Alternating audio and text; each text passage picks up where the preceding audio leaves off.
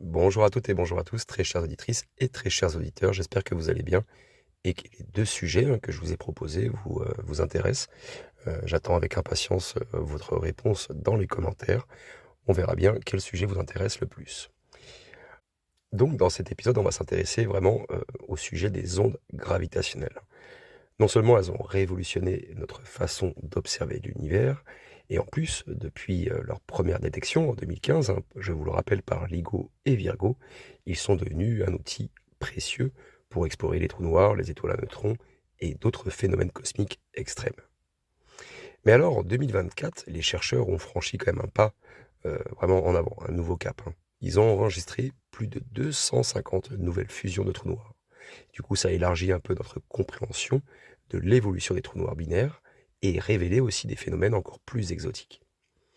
Dans cette partie, vous allez voir, on va voir un petit peu de quoi on parle en termes d'observation et qu'est-ce qu'elles nous apprennent et pourquoi elles changent notre compréhension de l'univers. Et aussi, et quelles sont les prochaines étapes pour affiner nos connaissances sur les trous noirs grâce aux ondes gravitationnelles. Alors comme d'habitude, on va rappeler un petit peu déjà ce qu'est les ondes gravitationnelles. Ce sont donc des ondulations de l'espace-temps qui sont créées par des événements cataclysmiques, hyper incroyablement fous. Comme par exemple la fusion de deux trous noirs, ou alors par exemple la collision entre deux étoiles à neutrons, par exemple, l'explosion d'une supernova aussi, et puis le Big Bang lui-même, bien sûr. Donc ces ondes, bien sûr, elles se propagent à la vitesse de la lumière et sont extrêmement difficiles à détecter. Et c'est qu'en 2015 que la première détection a été réalisée et qui confirme donc une prédiction d'Einstein qui date quand même de 1916, il faut le rappeler. Alors c'était donc un record de 250 nouvelles fusions qui ont été détectées. Donc c'est grâce aux améliorations des observatoires LIGO qui est basé aux USA, Virgo qui est basé en Italie et Kagra qui est au Japon et que je ne parle pas très souvent, mais effectivement qui a participé. Et donc les chercheurs, ils ont pu détecter donc au moins 250 fusions de trous noirs en moins d'un an. Mais maintenant, je vous garantis que plus le temps passe et plus on va en détecter. Alors pourquoi est-ce que c'est un exploit? Déjà, avant 2024, on détectait en fait que quelques dizaines d'événements par an. Donc là, vous voyez un peu la différence. Et en plus, cette explosion de détection, elle ouvre une espèce de cartographie, si vous voulez, de la population des trous noirs dans l'univers. Ça nous permet vraiment de cartographier précisément où se trouvent tous les trous noirs. Et donc, on commence aussi à voir des schémas récurrents, et ça nous aide à mieux comprendre un peu comment les trous noirs binaires se forment. Alors, qu'est-ce qu'on a découvert grâce à ces nouvelles fusions? Déjà, de nouveaux types de trous noirs binaires. Les observations de 2024 ont permis de repérer, si je puis dire, des trous noirs binaires, mais avec des masses inégales. En fait, vous avez un trou noir qui est plus massif que l'autre, quoi. Et du coup, ça remet un petit peu en question les modèles actuels, en fait, qui suggèrent plutôt que les trous noirs se forment généralement en paires de masses similaires, vous voyez? Le deuxième point, c'est les trous noirs intermédiaires qui sont encore très mystérieux. Les scientifiques, ils ont repéré quand même plusieurs candidats au statut de trou noir intermédiaire, donc qui ont à peu près entre 100 et 1000 masses solaires à peu près. Et ces objets sont vraiment rares, donc ils pourraient être même être les graines des trous noirs supermassifs. Et puis le troisième point, c'est l'évolution des trous noirs après fusion.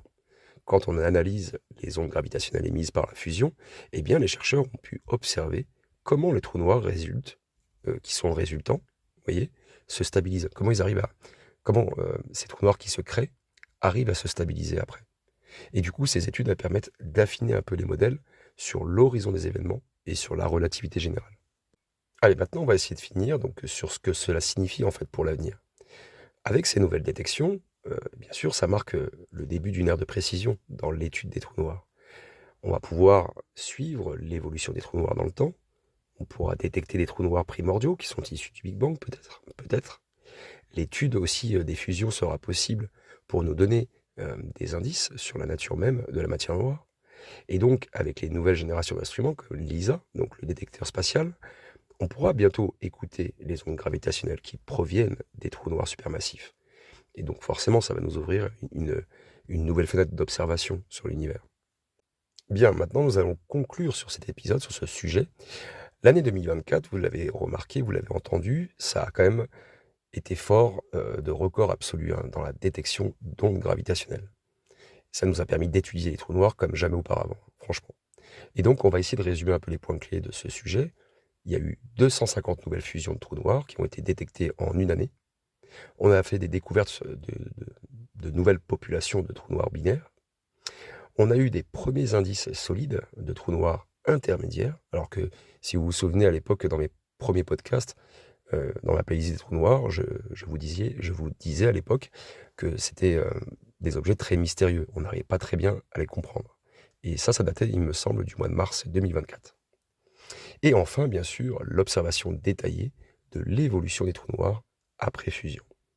Alors bien sûr, vous en doutez, ce n'est que le début. Les prochaines générations de détecteurs qui vont sortir vont révéler encore plus de secrets sur ces monstres, ces objets cosmiques qu'on appelle les trous noirs. Et c'est vrai que même avec la technologie qu'on a actuellement, on a l'impression qu'on pousse un peu à l'extrême la technique, la façon de faire, le savoir-faire est poussé à l'extrême, si vous voyez ce que je veux dire. Et on va être limité, je pense, technologiquement parlant. Il va falloir découvrir des nouvelles façons de faire, des nouveaux matériaux.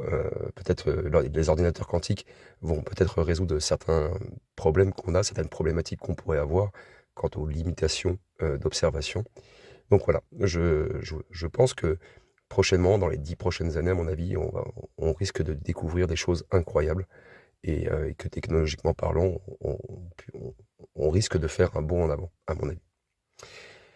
Bien, je vous avais laissé sous-entendre tout à l'heure dans l'épisode le projet LISA, donc c'est un détecteur spatial d'ondes gravitationnelles, et c'est l'objet du prochain sujet. En tout cas, j'espère que vous serez nombreux à répondre, à participer, si vous voulez développer un peu plus ce sujet-là ou un autre. J'attends votre retour en tout cas. Prenez tous soin de vous et à très bientôt.